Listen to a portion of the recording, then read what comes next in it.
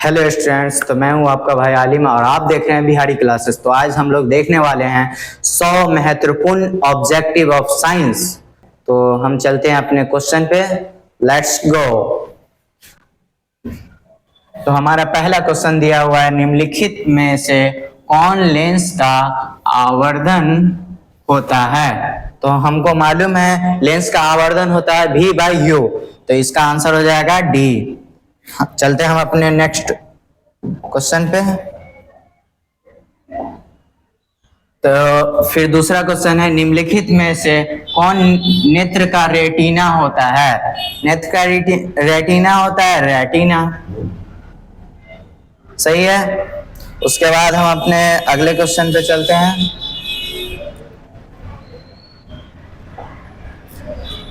वायुमंडल में प्रकाश के किस वर्ण का परिकरण अधिक होता है। वर्ण मतलब होता है रंग,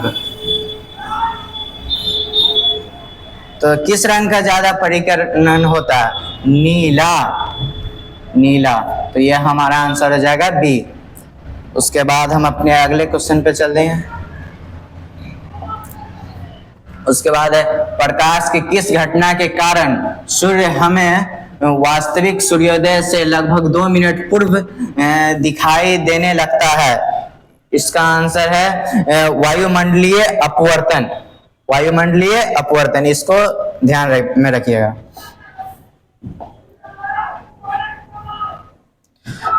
हमारा अगला क्वेश्चन है, निम्नलिखित में कौन उभयलिंगी है। उभयलिंगी है, यहाँ पे आपको हो जाएगा मेंढक। मेंढक क्या है, उभयलिंगी है।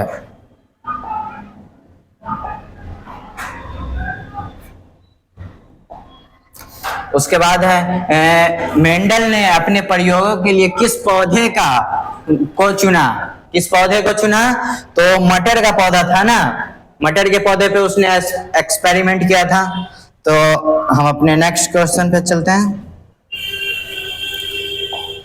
इसमें पूछ रहा है, निम्न में से कौन अवशोषी अंग है। अवशोषी अंग को अपेंडिक्स आपका अवशोषी अंग है, ये सब नहीं होगा।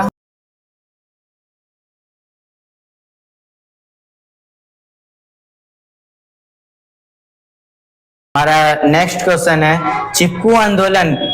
चिपकू आंदोलन किससे संबंधित है। तो चिपकू आंदोलन था वृक्षों से संबंधित था।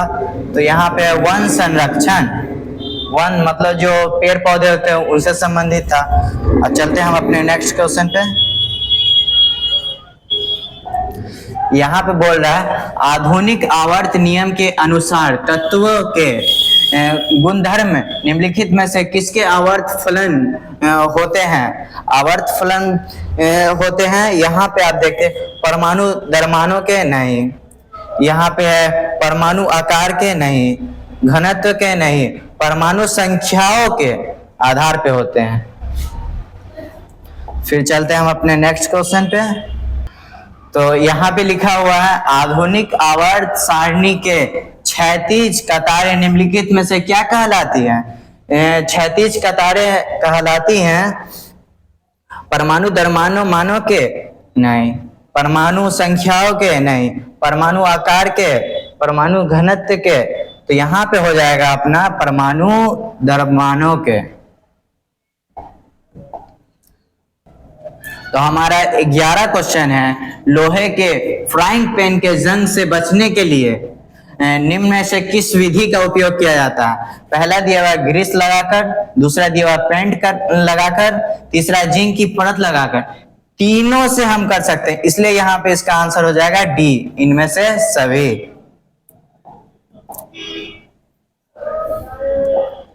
हमारा अगला क्वेश्चन है, निम्नलिखित में कैसी धातु को चाकू से आसानी से काटा जा सकता है।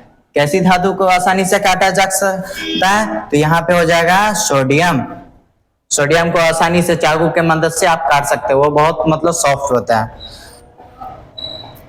उसके बाद हमारा नेक्स्ट क्वेश्चन है, आयोडीन की कमी से कौन सा रोग होता है। आयोडीन की कमी से कौन सा रोग होता है, तो घेगा होता है। कौन सा होता है, घेगा। फिर हमको आगे पूछ रहा है, निम्न में से पित्योतरी ग्रंथि से निकलने वाला हार्मोन है, इसका हो जाएगा थायरॉक्सिन। हमारा नेक्स्ट क्वेश्चन है, अमीबा में अलैंगिक जनन किस विधि द्वारा होता है? तो ये अमीबा में होता है विखंडन के द्वारा। किसके द्वारा? विखंडन के द्वारा। उसके बाद हमारा नेक्स्ट क्वेश्चन है, फूल का कौन सा भाग फल में बदलता है? फूल का कौन सा भाग बदलता है? पुंकेसर नहीं, असिस्ट्रेसर नहीं, अंडा से इसका मतलब बीज फल में बदल जाता है। उसके बाद हमारा नेक्स्ट क्वेश्चन है, रक्त क्या है? उत्तक है, कोशिका है, पदार्थ है, इनमें से कोई नहीं। तो ये हमारा उत्तक है।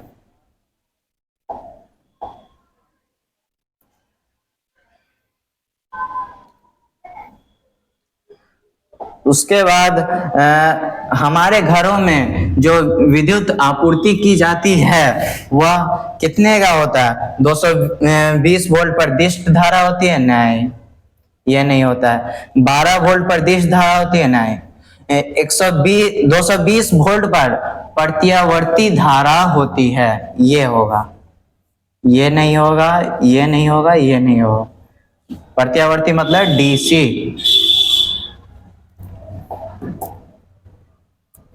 गर्म जल प्राप्त करने के लिए हम सौर जल तापक का उपयोग किस दिन नहीं कर सकते हैं? धूप वाले दिन? नहीं।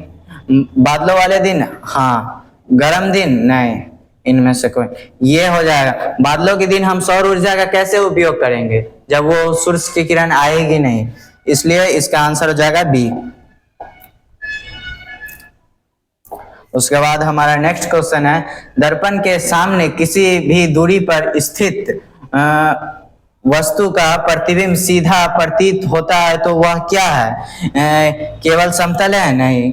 केवल उत्तल है? नहीं। मतलब केवल अवतल है? नहीं।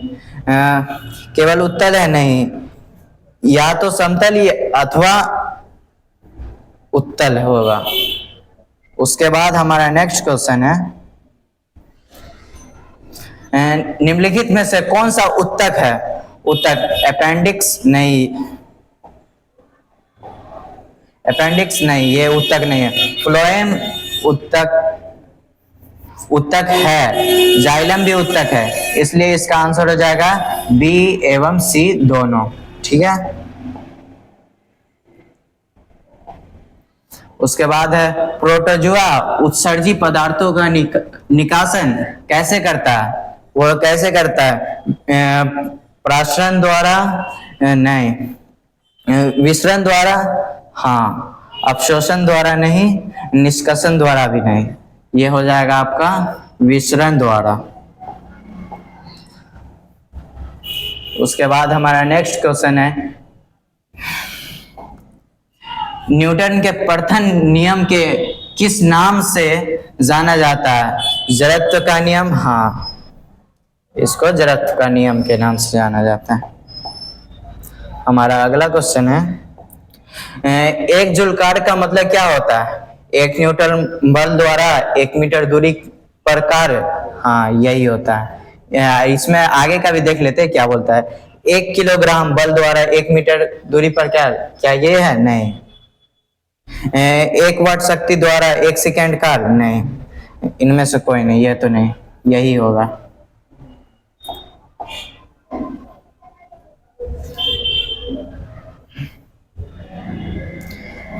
तो अगर अभी तक आप वीडियो देख रहे हैं तो आप हमारे चैनल को सब्सक्राइब कर लीजिएगा, सब्सक्राइब कीजिए।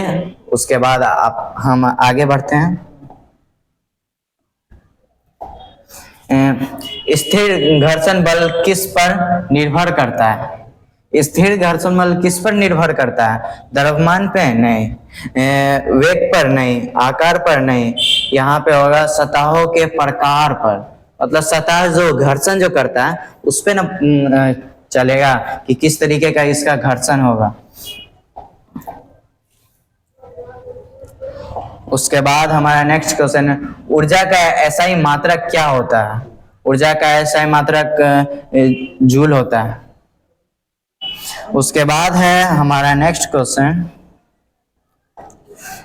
ओम का नियम क्या कहता है? V बराबर आई आर, F बराबर एम ए, W बराबर एम जी या P बराबर वी आई? तो यहाँ पे हो जाएगा V बराबर आई आर। V हो जाएगा वेलोसिटी, I हो जाएगा करंट और R हो जाएगा रेजिस्टेंस।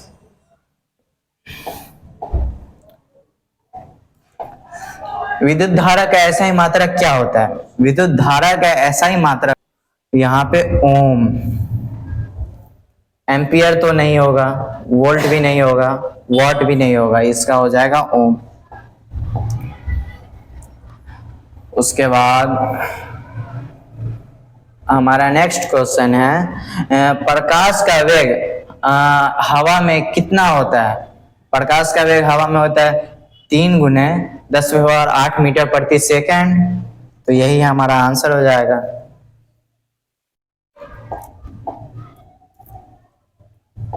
हमारा नेक्स्ट क्वेश्चन है, यदि आप दर्पण से 2 मीटर दूर खड़े हैं तो आपकी छवि की दूरी क्या होगी? आप 2 मीटर दूर खड़े हैं तो आपका भी 2 मीटर ही छवि दिखाएगा। उसके बाद हम अपने अगले मतलब क्वेश्चन पे चलते हैं। मानव कान किस आवृत्ति की ध्वनि सुन सकता है? किस आवृत्ति की ध्वनि सुन सकता है? तो आपको मालूम है 20 हर्ट्ज से 20,000 हर्ट्ज तक।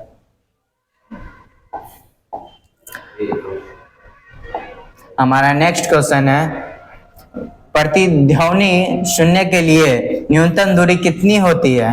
तो वो हमारा हो जाता है 17 मीटर।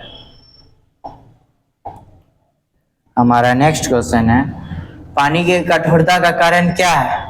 पानी की कठोरता के कारण को जैसे होगा कैल्शियम और मैग्नीशियम के लवण। हाँ, यही हो जाएगा।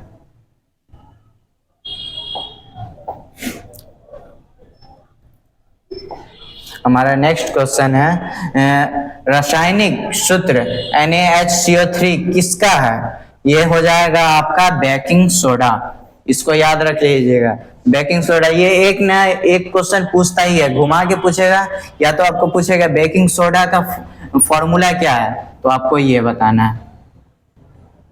उसके बाद हमारा नेक्स्ट क्वेश्चन है, अम्लीय वर्षा किसके कारण होता है? अम्लीय वर्षा होता है SO2 और NO2, मतलब सल्फर डाइऑक्साइड और नाइट्रोजन डाइऑक्साइड। उसके बाद हमारा नेक्स्ट क्वेश्चन हो जाएगा, हमारा अगला क्वेश्चन है, ब्लीचिंग पाउडर का रासायनिक नाम क्या है? कैल्शियम हाइड्रोक्लोराइड, ये नहीं होगा, कैल्शियम कार्बोनेट, कैल्शियम ऑक्साइड नहीं, कैल्शियम सल्फेट नहीं। ये हो जाएगा आपका मतलब CaSO4 हो जाएगा, और कैल्शियम ऑक्साइड हो जाएगा CaO। और हमारा नेक्स्ट क्वेश्चन है, पीतल किसका मिश्रण होता है? पीतल तांबा और जस्ता, यही होता है। तो हमारा A बिल्कुल सही आंसर हो जाएगा।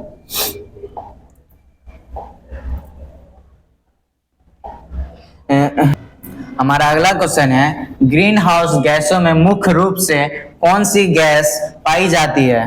तो ग्रीन हाउस में मुख्यतः ये CO2, CH4 और NO2, मतलब CO2 मतलब कार्बन डाइऑक्साइड, CH4 मतलब मीथेन, उसके बाद NO2 मतलब नाइट्रोजन डाइऑक्साइड। उसके बाद हमारा अगला क्वेश्चन है, Fe प्लस H2O क्या बनेगा? तो Fe है, इसको मतलब बैलेंस करना पड़ेगा, तो Fe रहता है।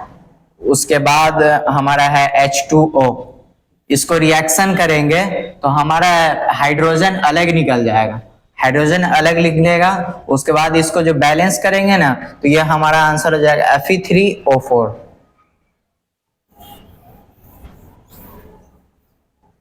इसका आंसर Fe3O4 होगा।